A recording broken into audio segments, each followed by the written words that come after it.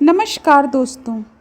आइए आज सुनते हैं मालती जोशी जी की लिखी कहानी अब कौन गुनन ते रिझाऊं पिया। कहानी शुरू करते हैं दोस्तों। अबे गधे की औलाद, तेरे दिमाग में भूसा भरा है कि गोबर? इतना सा सवाल नहीं आया? क्लास में क्या सोता रहता है? अरे तू रे ढक्कन के, तेरी आंखें हैं कि बटन? इससे आगे आभा से सुना नहीं गया। उसने गैस बंद की और हाथ में करछुल लिए ही बाहर आ गई। उसकी चूड़ियों की खनक ने उसके आगमन की सूचना दे ही दी। आलोक ने किताब से नज़र हटाए बिना ही कह दिया, आ गई आप? अब तो पढ़ाई हो चुकी। पढ़ाई चलने दीजिए, मैं तो बस यह कहने आई थी कि गाली जरा सोच समझ कर दिया कीजिए। अपने ही बच्चे को गधे की औलाद कह रहे हैं। एक क्षण को आलोक सकपका गया, पर तुरंत ही संभलते हुए उसने कहा, क्या गलत कहा मैंने? गधा ही तो हूँ मैं, विशुद्ध गधा। इसीलिए तो अपनी छुट्टी का कचरा करके इन बजर बट्टुओं के साथ सिर खपा रहा हूँ। बच्चे भी तो अपनी छुट्टी सेक्रीफाइस कर रहे हैं। वे भी इतवार को थोड़ा रिलैक्स होना चाहते हैं, दोस्तों से खेलना चाहते हैं, टीवी देखना चाहते हैं। पर मैंने ही उनसे कह रखा है कि बेटा, पापा को संडे के सिवा टाइम नहीं मिलता और यह गणित और साइंस मेरे बस का नहीं है। बेचारे मन मारकर पढ़ने बैठते हैं, पर इतनी डांट डपट होती है कि बेचारे रटा रटाया भूल जाते हैं। उनका आत्मविश्वास ही खत्म होता जा रहा है। इससे तो अच्छा था ट्यूशन ही लगवा लेते। ट्यूशन हम अफोर्ड नहीं कर सकते, जानती हो, इसीलिए बार बार कोच कर मुझे एहसास दिलाती रहती हो। आप भी तो अपना फ्रस्ट्रेशन बच्चों पर उतार रहे हैं। पढ़ाई के नाम पर पूरे घर को जैसे यातना शिविर बना दिया है। मैं बच्चों पर अपना फ्रस्ट्रेशन उतार रहा हूँ? ये इतनी बड़ी बात कैसे कह दी तुमने? किस आधार पर कही है? बच्चों को अब इस जुगलबंदी की आदत सी पड़ गई है। वे थोड़ी देर तो सहमे से बैठे रहते हैं और फिर चुपचाप खिसक जाते हैं। मम्मी पापा को पता ही नहीं चलता। वे जानते हैं कि अब इसके बाद पढ़ाई नहीं होगी। वे हफ्ते भर के लिए फुर्सत पा जाते हैं। बक झक कर आभा रसोई में लौट आई, पर खाना बनाने का सारा उत्साह ही खत्म हो गया था। रोज़ सुबह हबड़ तबड़ में कुछ भी बनाकर चली जाती है। शाम को लौटती है तो सारी ऊर्जा समाप्त हो चुकी होती है और ढेर सारे काम उसकी बाट जो होते रहते हैं। तब सोचती है कि खिचड़ी की हांडी चढ़ाकर सबको परोस दे, पर जैसे तैसे 4 रोटियां तो डालनी ही पड़ती हैं। इसलिए हफ्ते भर की कसर वह संडे को पूरा करना चाहती है। उस दिन कुछ स्पेशल बनाने का उसका इरादा होता है। इसके लिए वह पत्रिकाओं से, टीवी से रेसिपीज़ उतारती रहती है। लेकिन इतवार के दिन घर का वातावरण कुछ इतना बोझिल हो जाता है कि उसके संडे स्पेशल का कचरा ही हो जाता है। ना उसे बनाने का उत्साह रह जाता है, ना खाने वालों को खाने का। बस एक रस्म अदायगी सी होकर रह जाती है। आभा को समझ में नहीं आता कि उसकी ज़िंदगी औरों की तरह स्मूथ और सरल क्यों नहीं है। लोग तो इससे कम में भी गुजारा कर लेते हैं और खुश रहते हैं। आलोक पहले भी बहुत खुश मिजाज नहीं थे, पर अब तो बहुत ही असहिष्णु हो गए हैं। उस पर आती है तो वह तुर्की ब तुर्की जवाब देकर उन्हें चुप कर देती है। पर बच्चों को तो झेलना ही पड़ता है, और ज़्यादा झेलना पड़ता है। जब पत्नी पर वश नहीं चलता तो सारा गुस्सा बच्चों पर ही उतरता है। बच्चे तो बेचारे उनसे दूर ही भागते हैं, क्योंकि किस बात पर उनकी शामत आ जाएगी कुछ कहा नहीं जा सकता। घर में बैठे मिल जाएंगे तो डांट पड़ेगी कि दिन भर टीवी से चिपके रहते हैं, खेलने नहीं जाते। खेलने जाएंगे तो घड़ी के कांटे पर नज़र रखी जाएगी, एक एक मिनट का हिसाब मांगा जाएगा। खेलते समय कपड़े गंदे हो गए या मोजे फट गए तो डांट पड़ेगी, चोट लग गई तो डबल फटकार मिलेगी। घर पर अक्सर मिलने वाले आते ही रहते हैं। अगर उन्हें दरवाजे पर ही खड़ा करके बच्चे सूचना देने भीतर आ जाएंगे तो बुरी तरह झल्ला जाएंगे। इतनी भी तमीज़ नहीं कि मेहमान को पहले भीतर बिठाओ। वे भी सोचते होंगे कि अच्छे शरीफ लोग हैं, बच्चों को सामान्य शिष्टाचार भी नहीं सिखाया। एक बार छोटा इसलिए पिट गया कि उसने आगंतुक को ड्राइंग रूम में बिठा दिया। बेवकूफ़, वह प्यून था ऑफिस का, वे बाद में गरजे थे। अब यह क्या किसी के चेहरे पर लिखा होता है कि वह कौन है? आने वाले को खुद अपनी औकात समझनी चाहिए। बच्चों ने पापा से तो कोई चीज़ मांगना कब का छोड़ दिया है, मम्मी से ही फरमाइश करते रहते हैं। आभा को ही कभी कभी लाड़ आ जाता है, पर उस पर भी घर में महाभारत हो जाता है। सारा आनंद ही समाप्त हो जाता है। खिलौने वेस्ट ऑफ मनी हैं, कहानी की किताबें वेस्ट ऑफ टाइम हैं, टॉफ़ी दांत खराब करती हैं, पिज़्ज़ा बर्गर जंक फूड है, इनसे पेट खराब होता है, आइसक्रीम गला खराब करती है, कोका कोला या थम्स अप एसिड से भी खतरनाक है।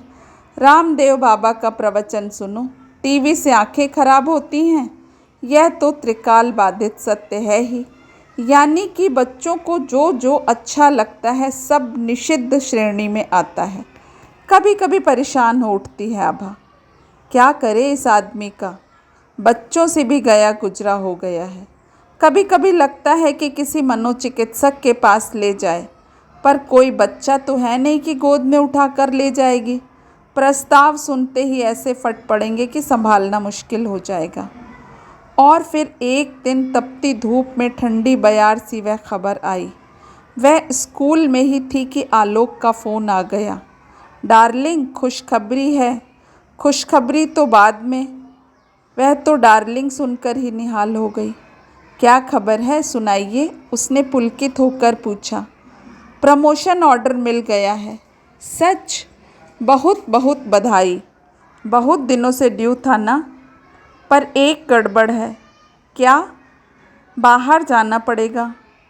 तो मना कर दीजिए ना। नहीं कर सकता, उसी शर्त पर प्रमोशन मिला है। कहाँ भेज रहे हैं? मुरैना डिस्ट्रिक्ट में कहीं इंटीरियर में। वह तो डाकू एरिया है। डाकू कहाँ नहीं है। ये जो मेरा प्रमोशन इतने दिनों से दबा कर बैठ गए थे, वे तो डाकुओं के सरदार हैं। वह दंग रह गई। दफ्तर में बैठकर इतनी बड़ी बात कह रहे हैं। उसे डर तो लगा पर खुश भी हुई। समझ गई कि एकदम रिलैक्स हो गए हैं। इसलिए तो उसने मुंह फुलाकर कहा, ये ट्रांसफ़र की खबर थोड़ा रुक कर नहीं बता सकते थे? सारी खुशी आधी रह गई। बात उसने भले ही रूठने वाले अंदाज में कही थी, पर वह सच थी। प्रमोशन की खुशी सचमुच आधी रह गई थी।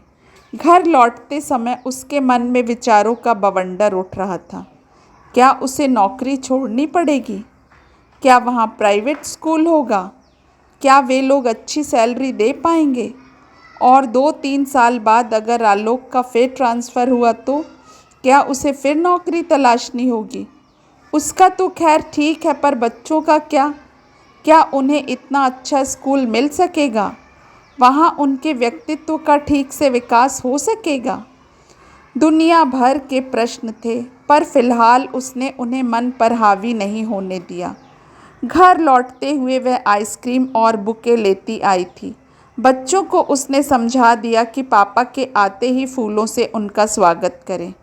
उसने मनोयोग से आलोक की पसंद का खाना बनाया, बच्चों के कपड़े पहने, खुद भी एक प्योर सिल्क की साड़ी पहन ली। अगरबत्तियाँ जलाकर घर का वातावरण सुगंधित कर दिया। 30 त्योहार पर जलने वाले पेडेस्टल लैंप को जलाकर ड्राइंग रूम में इंद्रधनुषी छटा बिखेर दी। उसका मन तो पर्दे और सोफ़े के कवर्स बदलने का भी था, पर उतना समय ही नहीं था। ऐसे अभूतपूर्व स्वागत की तो आलोक ने कल्पना भी नहीं की थी। वे तो एकदम अभिभूत हो गए। बहुत दिनों बाद उन्होंने बच्चों को खुलकर प्यार किया। एक अरसे बाद पत्नी की साज सज्जा को नज़र भर कर देखा। खाना भी सानंद संपन्न हो गया। खाने की मेज पर 2-4 चुटकुलों का आदान प्रदान होने से माहौल खुशगवार बना रहा। मतलब यह कि सब कुछ योजनाबद्ध तरीके से होता चला गया, कहीं कोई व्यवधान नहीं हुआ। आभा ने राहत की सांस ली। सोच लिया कि आज की रात भी सेलिब्रेशन की रात होगी। खुश हो? बिस्तर पर आते ही आलोक ने पूछा। बहुत बहुत खुश हूँ, आभा ने पति की छाती में मुंह छुपाते हुए कहा। बहुत दिनों के बाद तुम लोगों को इतना खुश देख रहा हूँ। बहुत दिनों बाद इतनी अच्छी खबर जो मिली है। मैं तो पशोपेश में था, प्रमोशन नकारने की सोच रहा था, पर तुम लोगों को इतना रिलैक्स देखकर सारा असमंजस दूर हो गया। प्रमोशन नकारने का तो सवाल ही नहीं उठता। कितनी लंबी प्रतीक्षा करनी पड़ी है, तब यह दिन आया है। बस एक ही मलाल है कि हम लोग अभी साथ नहीं चल सकेंगे। मेरी नौकरी की तो कोई ऐसी टेंशन नहीं है, पर बच्चों को मिड सेशन में डिस्टर्ब करना ठीक नहीं है। आप तब तक वहाँ मकान वगैरह ठीक कीजिए, मैं यहाँ धीरे धीरे पैकिंग करती रहूँगी। बस परीक्षा होते ही हम लोग आ जाएंगे, रिज़ल्ट के लिए भी नहीं रुकेंगे।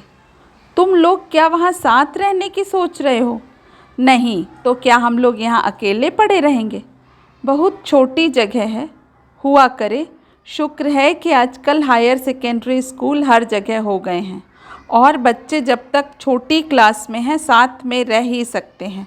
बाद में देखा जाएगा, हो सकता है 3 साल बाद किसी अच्छी जगह ट्रांसफ़र हो जाए। आलोक कुछ देर चुप रहे, फिर धीरे से बोले, तुम लोगों को खुश देखकर मैं कुछ और ही सोच बैठा था। क्या? यही कि तुम लोग शायद इस बात का जश्न मना रहे हो कि यह बला कुछ दिनों के लिए तो टली, कुछ दिन तो अमन चैन से गुजरेंगे। आभा छिटक कर एकदम उठ बैठी। कम से कम आज तो।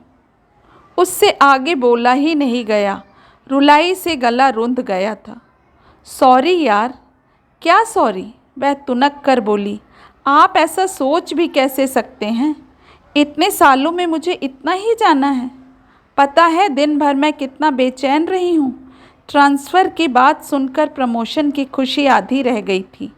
सामने समस्याओं का पहाड़ खड़ा हो गया था, पर मैंने सोचा आज का दिन सिर्फ खुशी मनाने का है। समस्याओं के लिए ज़िंदगी पड़ी है, चिंताओं से तो बाद में भी निपटा जा सकता है। इसलिए मैंने अभी बच्चों को भी कुछ नहीं बताया।